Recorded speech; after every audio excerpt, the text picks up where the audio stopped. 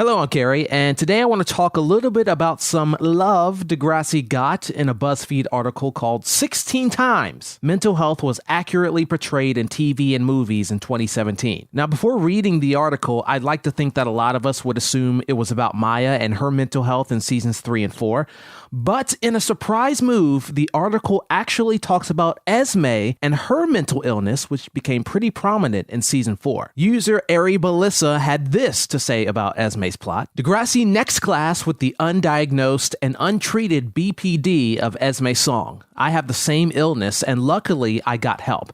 But seeing her inch slowly toward a breakdown until she finally explodes in season 4 has killed me. She shows a high number of symptoms and worrisome behavior, but instead of helping her, most people are content with blaming her, something that's common for people with BPD. I'm afraid I would have probably ended up like her if I hadn't tried to get help. And when I read stuff like that, it pisses me off when you've got people, fans of the show, talking their cliched, generic speak about how Degrassi Next Class isn't relatable or how it doesn't deal with real issues. One of the most intriguing things about Esme's plot in season 4 has been seeing how similar characters on the show and fans of Degrassi have reacted to Esme.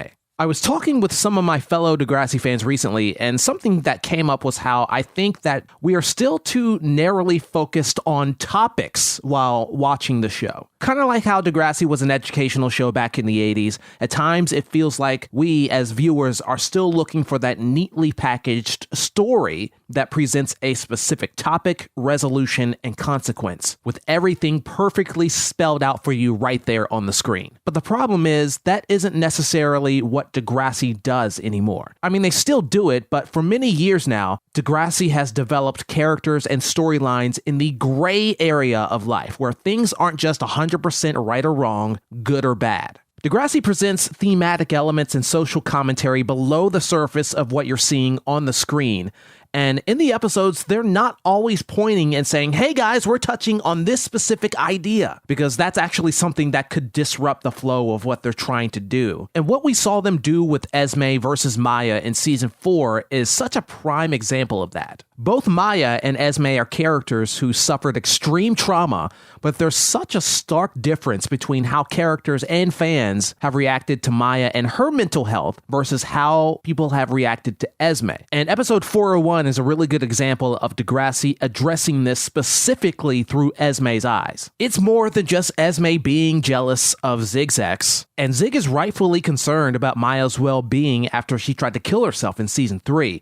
But in this scene, Esme's practically screaming, but what about me? Why does no one care about me? Which plays very strongly into that feeling that a lot of people who have mental illness have, that they're alone and that no one really cares about what they're going through. And despite a lot of complaints about Degrassi Next Class being rushed because of the 10-episode seasons, and some of that is actually pretty valid, Esme's arc is actually one that they've developed over the course of the last 4 seasons. There were red flags in season 1 when she enabled Miles to self-medicate with her pills. And when Miles tried to break up with her, she blatantly tries to manipulate him into coming back because she has abandonment issues. Then in season 3, we find out her mom killed herself and Esme was the one who found the body. And then she ends up being the one who finds Maya's body on the roof in 310, and that completely triggers her. And then in season 4, we see this slow burn of her slowly feeling like she's losing someone who's important to her, aka Zig. So from things like the threesome to her faking anaphylactic shock, and even threatening self-harm in the middle of prom, we see these increasingly dangerous behaviors as she feels more and more like she's losing control of things. This is some deep stuff, my friends. To have this character go through so much in her life, and through all of it, everybody around her ignores the warning signs, so she's just written off as crazy, or slut-shamed at every turn, which is an issue all in itself in how it shows that good people are thoroughly capable of being petty and problematic. Not only has Esme's arc served as a visceral reminder of how people with mental illness are treated, the way that everybody's treated Esme, it proves the point of reality itself truly being a gray area.